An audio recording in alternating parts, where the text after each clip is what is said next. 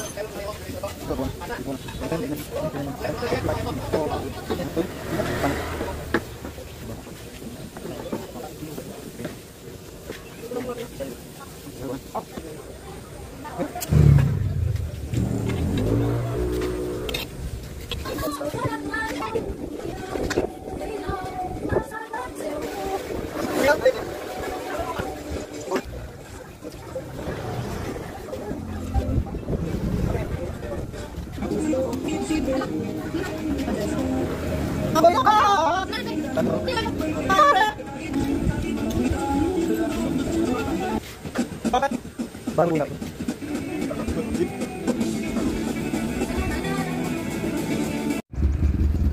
Okay, atras.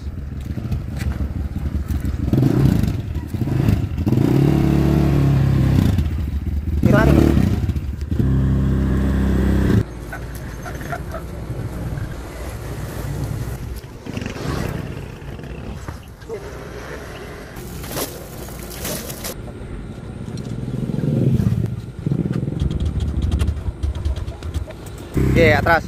Op. So yun, what's up mga ka-sidecar? Welcome back muli sa ating panibagong vlog. Ito na yung pinaka-finish product mga idol sa ano natin, Honda Click 150i na conversion. So nasa gitna siya mga ka-sidecar. Para siyang e-bike na ang forma. Ayan. So testingin natin mga ka-sidecar. Okay, abante. Bali, mayroon na rin tong forward and reverse gear mga lodi. Ayan. Okay.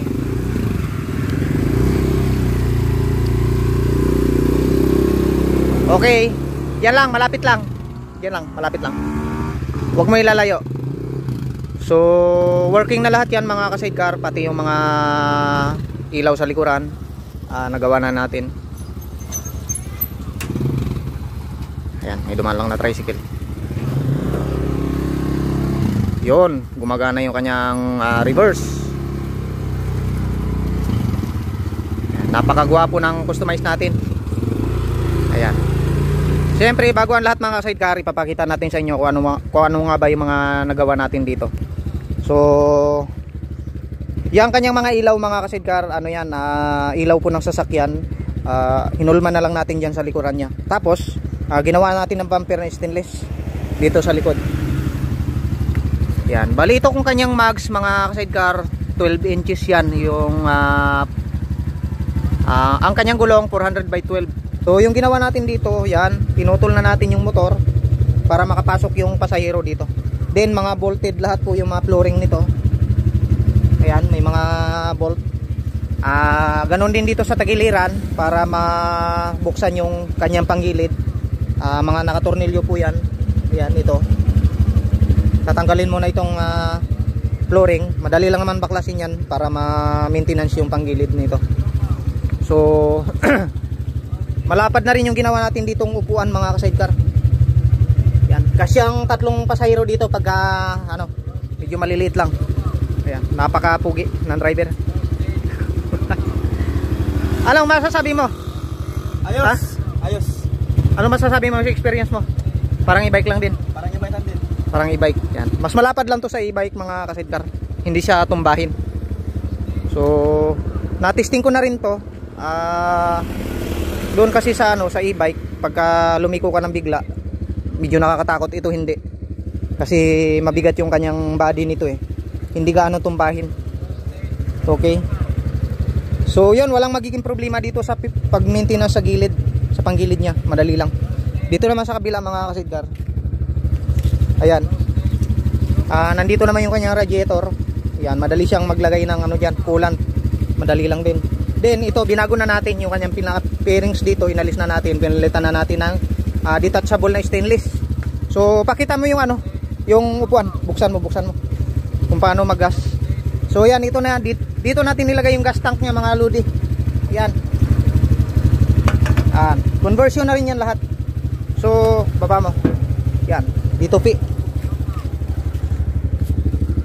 At ito naman mga ka-sidecar, dito natin ginawa yung dito natin nilagay yung kanyang forward and reverse. Sige, angat mo, angat. Yan. Testing, atras na, atras. Kunti lang. Oh, yan, atras siya, abante. Oh, yun, ganun lang siya mga ka-sidecar. Okay.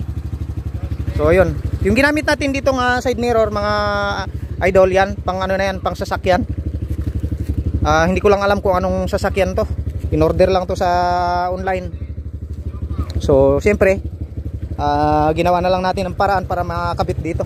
Bagay na bagay naman sa kanya mga sidecar. Then dito, sa kanyang unahan ay fiberglass yung ginamit natin dahil naka-curve po yan salamin. So, yan.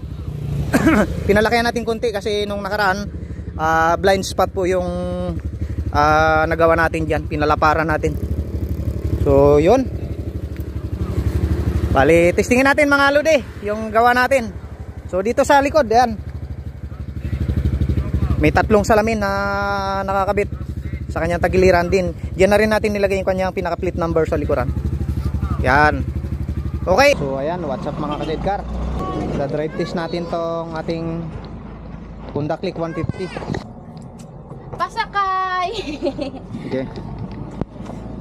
Handa mata.